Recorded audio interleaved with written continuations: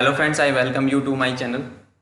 My name is Shivam Saraswat and today I am going to tell you about Air Force Common Admission Test, that is AFCAT.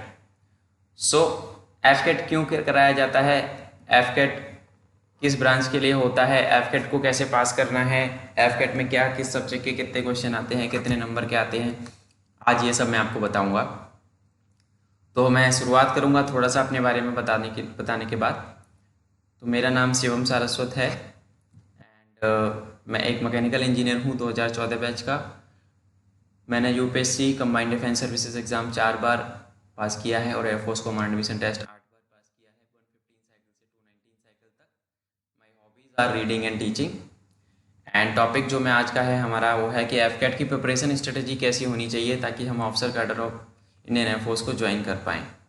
तो मैं आगे बढ़ूंगा इसी चीज़ को लेके कि pattern क्या रहता है। हमारा पैटर्न जो बेसिकली हमारा रहता है एफकैट का, उसमें 100 क्वेश्चन आते हैं 3 मार्क्स ईच। तो 100 question of 3 marks each with 1/3 negative marking, यानी कि हर गलत उत्तर के लिए, हर गलत आंसर के लिए आपको 1/3 नेगेटिव मार्किंग यानी कि 1 मार्क डिडक्ट हो जाएगा आपके स्कोर से। सब्जेक्ट जो इसमें होते हैं मैथमेटिक्स यानी क्वान्टिटेटिव एप्टीट्यूड होता है आपका। अपार्ट फ्रॉम दैट आपकी जीके होती है। जीके होती है 25 क्वेश्चन 75 मार्क्स के लगभग पड़ते हैं। जीके के अलावा रीजनिंग या मिलिट्री एप्टीट्यूड आता है 32 क्वेश्चन 96 मार्क्स का होता है। इंग्लिश के भी 25 क्वेश्चन होते हैं, लगभग 75 मार्क्स उसमें आते हैं। किस वे में आप पेपर को सॉल्व करोगे? अब पेपर को सॉल्व करने का सबसे जो बढ़िया तरीका है वो होता है कि सबसे पहले आप उसके अंदर जीके को करो। ठीक है, अगर आप उसमें जीके करोगे तो जीके में 2 ही चीज़ें होंगी, या तो वो आपको आता है या आपको नहीं आता है। अगर आपको आता है स्टैटिक जीके का क्वेश्चन, आप उसको करके आगे बढ़ जाओ, नहीं तो उसको छोड़ दो। गलत नहीं करने का है बच्चों कुछ। ठीक है, दूसरा आता है हमारा सब्जेक्ट उसमें इंग्लिश का। ठीक है, दूसरा जो सब्जेक्ट हमारा आता है उसमें इंग्लिश का आता है। इंग्लिश में हमें क्या करना है, इंग्लिश में हमको सेम चीज़ करनी है। एंटोनिम सिनोनिम जो भी हमारा इंग्लिश का क्वेश्चन है वो हमको या तो आएगा या नहीं आएगा, जो जो आता जा रहा है उसको करके आगे बढ़ते जाना है। फिर हमें करना है सॉल्व मैथ्स, फिर मैथ्स, और सबसे आखिर में हमें टाइम बचाना है रीजनिंग के लिए, क्योंकि 100 मार्क्स ऑलमोस्ट यानी कि 96 मार्क्स का है। तो मेजर चंक रहता है रीजनिंग के पार्ट में, यानी मिलिट्री एप्टीट्यूड जिसको हम एफकैट की टर्मिनोलॉजी में बोलते हैं। तो वो आपको उसके लिए बचाना है। अब मैं आगे आता हूँ कि why join air force through AFCAT. तो एयरफोर्स एफकैट के थ्रू आप क्यों ज्वाइन करोगे? जैसे मैंने अभी आपको पैटर्न बताया, ये था हमारा पैटर्न। आप इसका स्क्रीनशॉट ले सकते हो अपने पैटर्न का। और मैं बताता हूँ एयरफोर्स आप क्यों ज्वाइन करेंगे, एयरफोर्स जो है एफकैट के थ्रू क्यों ज्वाइन करना चाहिए। सबसे बढ़िया तो एक ग्रेड 1 गवर्नमेंट ऑफिसर की जॉब है जो कि आपको बहुत कम उम्र में मिल जाती है। At young age you can become an government air force officer. It is a gazetted post. Second, it is very easy to crack if you are determined enough, यानी कि बहुत आसान होता है पेपर। अगर आप पढ़ते हो, तरीके से पढ़ते हो और बहुत थोड़ा सा स्मार्टली प्रिपेयर करते हो तो आप आराम से पास कर सकते हो। एक और रीज़न है कि दुनिया की चौथे सबसे बड़ी वायुसेना का आपको हिस्सा बनने का मौका मिलता है। Indian air force is the fourth largest air force in the world. You become a part of this organisation, a great organisation to work with. और एक और सबसे बड़ा रीज़न, अगर आपने एनडीए और सीडीएस के अटैम्प्ट फ्लाइंग के लिए अपने मिस किए हैं तो 12वीं के बाद, तो इसके थ्रू आप पायलट बनने का अपना सपना भी पूरा कर सकते हो। किसी को एरोनॉटिकल इंजीनियर बनना है बीटेक करने के बाद तो भी जा सकते हैं। अकाउंट्स ब्रांच ऑफिसर बनना है तो भी आप कर सकते हैं। मेट्रोलॉजी ऑफिसर बनना है तो भी आप एफकैट के थ्रू एयरफोर्स में जा सकते हैं। आगे मैं आपको बताता हूँ कि रीजनिंग में या मिलिट्री एप्टीट्यूड में आएगा क्या। रीजनिंग या मिलिट्री एप्टीट्यूड जो रहता है वो 96 मार्क्स का रहता है, लगभग 96 मार्क्स, यानी कि मेजर चंक जो रहता है एफकैट के अंदर वो आपका 96 मार्क्स का है। सबसे पहला वेन एंड डायग्राम आप करोगे। वेन एंड डायग्राम के 5 क्वेश्चन आएंगे, यानी कि 5 क्वेश्चन आएंगे, बहुत इजी क्वेश्चन आते हैं। आर एस अग्रवाल आप, मैं इसमें सजेस्ट करूंगा कि आप जो है आर एस अग्रवाल इसमें फॉलो करना। 5 क्वेश्चन 15 नंबर के, बहुत easy. Dot situation, dot rotation, एक डॉट, 2 डॉट होता है, मल्टीपल फिगर्स होते हैं। डॉट की पोजीशन आपको क्वेश्चन में देख के आंसर्स में से ढूंढनी होती है कि एग्जैक्ट सिमिलर किस में आएगा। 5 क्वेश्चन वहां पे आएगा, 15 नंबर आपके ये पक्के हो गए। अगला आता है फिगर कंप्लीशन, बहुत इजी होता है। अगर आप उसको फिगर को इजीली ऑब्जर्व करोगे तो आप राइट आंसर इजीली फाउंड कर पाओगे। सेम कहाँ से तैयारी करोगे आप इसकी भी, आप R S Agarwal verbal non verbal जो किताब आती है हमारी मोटी वाली, उससे आप तैयारी करो। सारे क्वेश्चंस आप एक बार लगा लो, आपको कहीं और से जाने की जरूरत नहीं है, किसी की कोचिंग की जरूरत नहीं है। एनालॉगी, वर्बल एनालॉगी आपकी आती है, ये भी आर एस अग्रवाल से आप कवर करोगे। एनिमल के नेम होते हैं, ऑड वन आउट होता है आपका, ऑड वन आउट जीके और वोकेबुलरी बेस्ड होता है, ये भी आप सारा RS अग्रवाल से कवर करते जाओ। फिगर रोटेशन आता है आपका, एंगल कितने पे घूमता है, 45 डिग्री पे, 90 डिग्री पे, 135 डिग्री पे, 180 डिग्री पे, कैसे आप करोगे। ये एंगल का आपको अंदाजा होना चाहिए कि 45 कितना होता है, 90 कितना होता है, 135 कितना होता है, 180 कितना होता है। क्लॉकवाइज में कैसे घुमाएंगे किसी डायरेक्शन में फिगर को, एंटी क्लॉक में कैसे घुमाएंगे, सीटिंग कैसे करनी होती है किसी चीज़ की, तो ये रहता है रीजनिंग। इसमें सबसे बड़ी बात क्या है, यहाँ पे आपको दिमाग खोलना पड़ेगा और पेपर में हमेशा रीजनिंग के लिए सबसे लास्ट में टाइम बचाओ, मैक्सिमम टाइम अपना रीजनिंग के लिए बचा के रखो, क्योंकि यहीं से आपको सबसे ज़्यादा नंबर मिलेंगे। मैं हमेशा करता था, हमारे टाइम पे पेपर होता था, अभी पेन पेंसिल मोड में पेपर नहीं होता, पेपर अब ऑनलाइन होता है। तो आपको पेन पेंसिल मोड में क्या फ़ायदा होता था कि आप पेपर को पलट के देख सकते हो। ऑनलाइन में ऐसा नहीं होता, वहाँ पे थोड़ा सा समय, थोड़ा सा टाइम कंज्यूमिंग होता है, बशर्ते आप प्रैक्टिस नहीं करते हो तो आपको प्रॉब्लम हो सकती है, इसलिए आप प्रैक्टिस भी करके जाओ।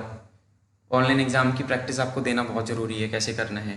पुराने पेपर आपको पूरे सॉल्व कर देने, रीजनिंग के जो भी आए हुए हैं सारे पेपर आप सॉल्व कर दो। RS अग्रवाल की रीजनिंग आप पूरी एक तरीके से अगर आप चाट जाओगे या उसको इम्बाइब कर लोगे तो आपको कभी प्रॉब्लम नहीं आएगी एफकेट के पेपर में। बस एक बार मेहनत करना है, हमेशा आपका पेपर पास होता जाएगा।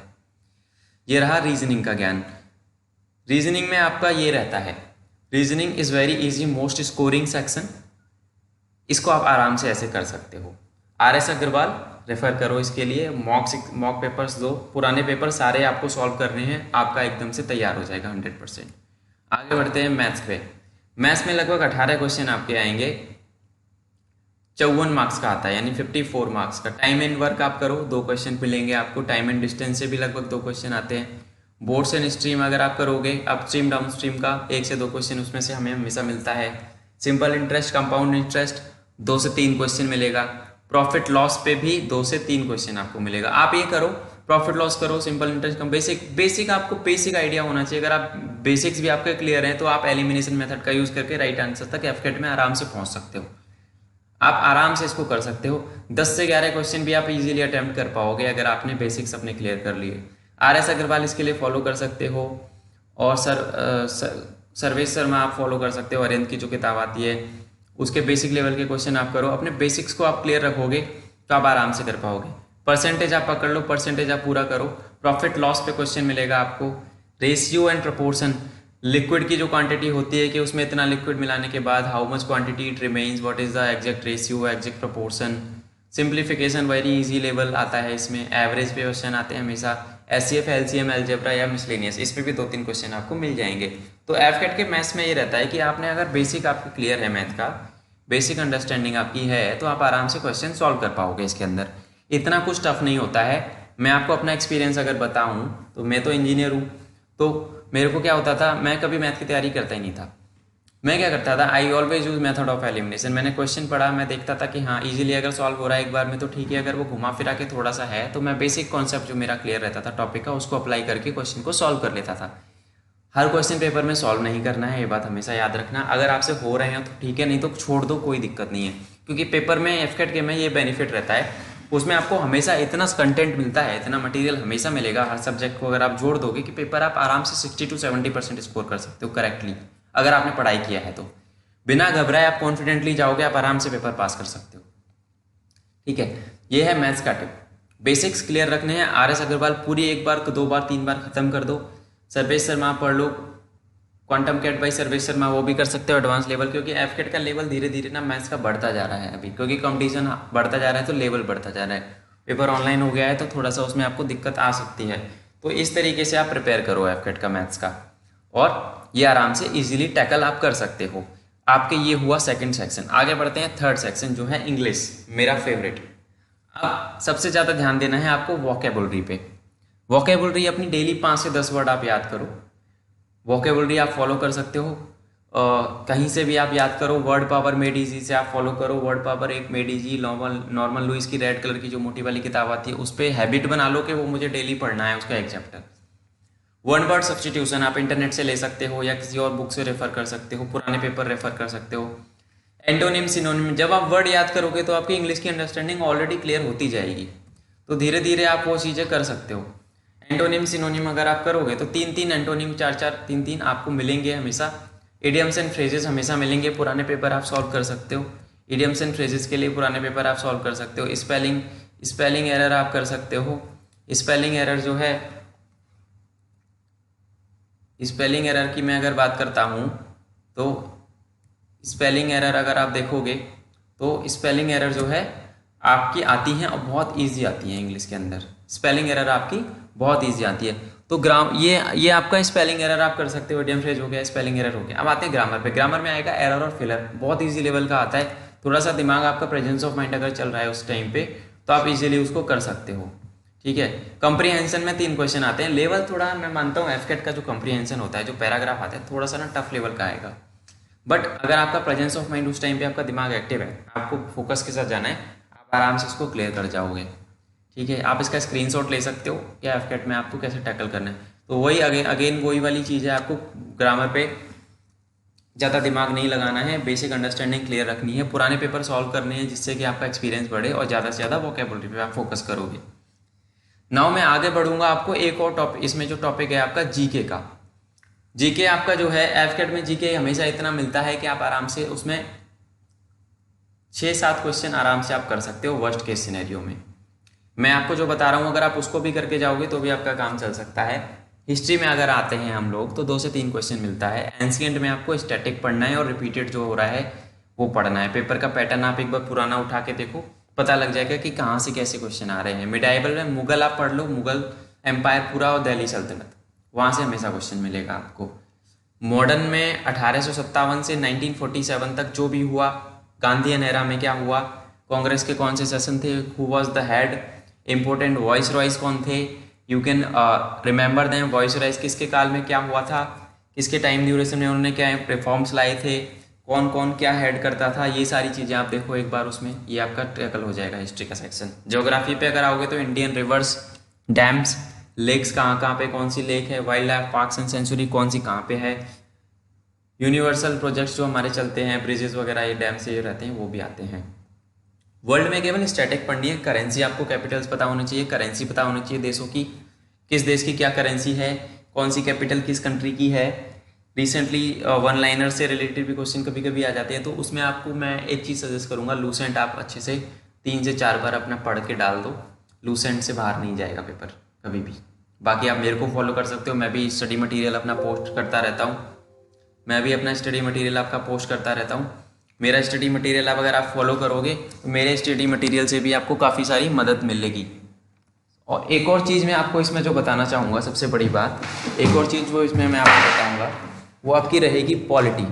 तो पॉलिटी में आपको क्या करना है, पॉलिटी में जो आप फॉलो करने वाले हो, पॉलिटी में आप फॉलो करोगे कॉन्स्टिट्यूशन कैसे बना, कॉन्स्टिट्यूशन का जो मेकिंग था, मेकिंग ऑफ कॉन्स्टिट्यूशन, आर्टिकल्स जो है ड्यूटीज़ और राइट्स पे, डीपीएसपी क्या है, कॉन्स्टिट्यूशन का सोर्स क्या है, फाउंडिंग मेंबर कौन था, कमेटी कौन सी थी, कौन उसका हेड था, कहाँ कहाँ से कौन कौन सा उसके अंदर प्रोविज़न लिया गया है, कहाँ से कौन सा क्या लिया गया है, पंचायत से रिलेटेड भी आप एक बार देख लेना, पंचायत से रिलेटेड भी क्वेश्चन कभी कभी आ जाते हैं।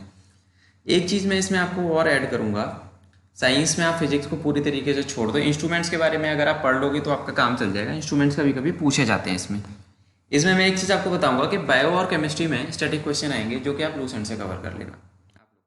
लूसेंट से आप कवर करो, मेरे हमेशा हेल्प हुआ है 8 बार पेपर पास करने में, मैंने हमेशा लूसेंट ही रेफर करी और मेरे को बहुत ज़्यादा उससे फ़ायदा मिला।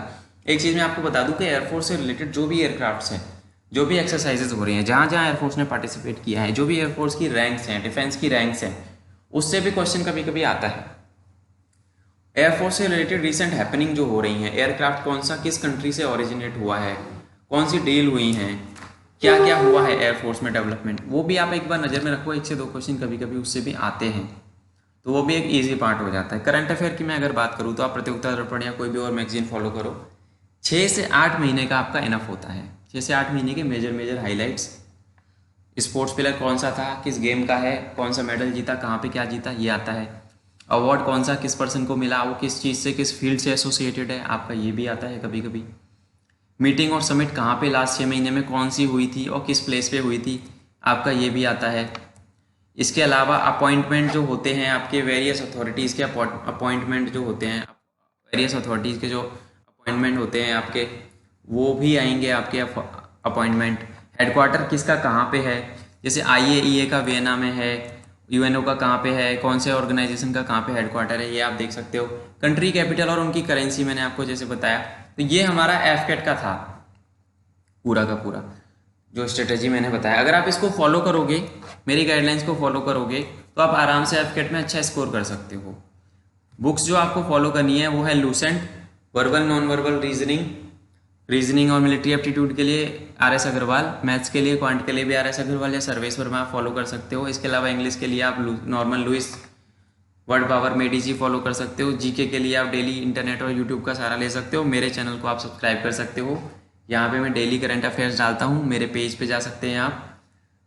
आपको कोई अगर क्वेरी है तो मुझे व्हाट्सअप कर सकते हो, 7017587044 मेरा नंबर है, या मेरे ग्रुप को ज्वाइन कर सकते हो आप मेरे को मैसेज करके। मेरा फेसबुक पेज है इंडियन डिफेंडर, इंस्टाग्राम मेरे नाम से ही है शिवम सारस्वत। कोरा पे आप मुझे फॉलो करो। तो कोरा पे जब आप मेरे को फॉलो करोगे तो कोरा पे भी मेरे को आपको आंसर देता हूँ। मैं कोरा पे बहुत सारे आंसर देता हूँ, more than 30,000 answer views I have on Quora. Facebook पे भी आप मुझे पा सकते हो, www.facebook.com/shivam_flyboy। तो ये था हमारा एफकेट का प्लान। आई होप आपको अच्छा लगा होगा। लाइक करें, शेयर करें, सब्सक्राइब करें अपने दोस्तों के साथ जो एफकेट के एग्ज़ाम की तैयारी कर रहे हैं। जय Hind, thank you so much guys.